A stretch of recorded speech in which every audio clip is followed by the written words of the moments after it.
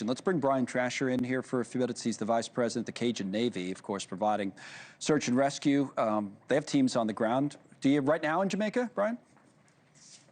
No, I'm in Louisiana, fortunately. We had some people we sent down there over the weekend in advance, and now we're just waiting for the storm to pass so we can get an assessment and see what's going to be needed and start making our plans for deployment. Yeah, that's what I meant. You sage people there early, and then how does it work from there in a storm of this magnitude in terms of when you can, I guess you got to wait for things to be safe, obviously, but what's the timetable on something like this? Yeah, I think the meteorologist told us that the storm is going to move out this evening. Obviously, there's still going to be some lingering rain, and there could still be some flash floods coming back down toward the coast and possible mudslides, landslides. But we're hoping by tomorrow we can reestablish communications with our team down there and start getting a good idea of what the assessments is. You know, our warehouse is located at the Baton Rouge airport, so we can actually load up a plane and leave anytime we want to. It's just a matter of can we land that plane on the other side and sufficiently unload it and get supplies to the people that need it. And that's what we're going to determine in the next couple of days.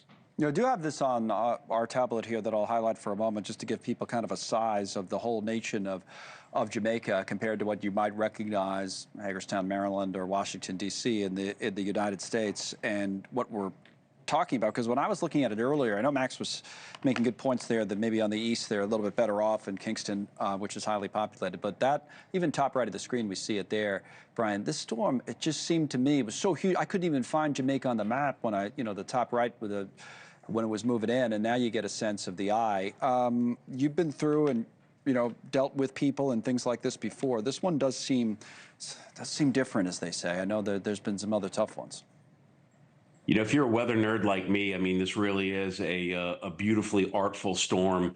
And I know it's strange to characterize something that can cause mass casualties that way, but it is if you've watched enough of these. I mean, our weather app, United Cajun Navy weather app, picked up some radar images of it this morning as the sun came up, and I noticed how deep the metavortices were in the eye wall, and it's just not something we're used to seeing form that perfectly.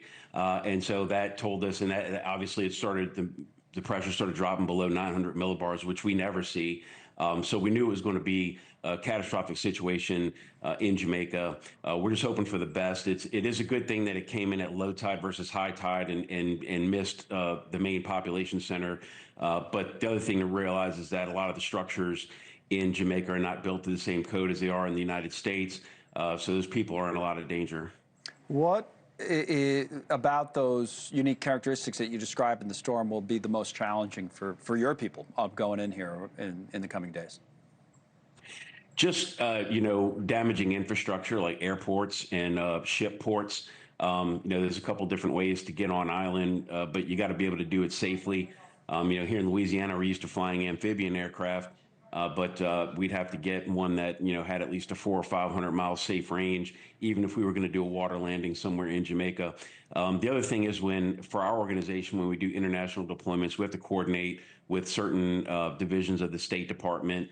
And of course, we have to get permissions and coordination with the local government to make sure we're even invited in to come help. So it's a little different than just running to another state within the continental U.S. Right. And is that an issue, or has that been an issue in Jamaica, say? No, they definitely want help. It's just they're drinking from the fire hose right now, literally. So it's almost like they're just trying to get through the next 12 hours or so with as minimal loss of life as possible, and then they can take an assessment, let us know what they need, take an assessment of their own infrastructure, let us know when they think they could at least open maybe the Montego airport and some of their shipping ports as well to safely get things in. And I know they're coordinating with Secretary Rubio's office, who's taken kind of tactical command over this response from the U.S. Okay, I mean, this thing we had wind gusts reported over 200 miles an hour when it came on as a Category 5 in New Hope, now Cat 4, still a major, major hurricane. Brian Trascher, Cajun Navy, they do such great work. Thank you today, and all the best to all your people in the coming days. Thanks for coming on. Thanks for having us.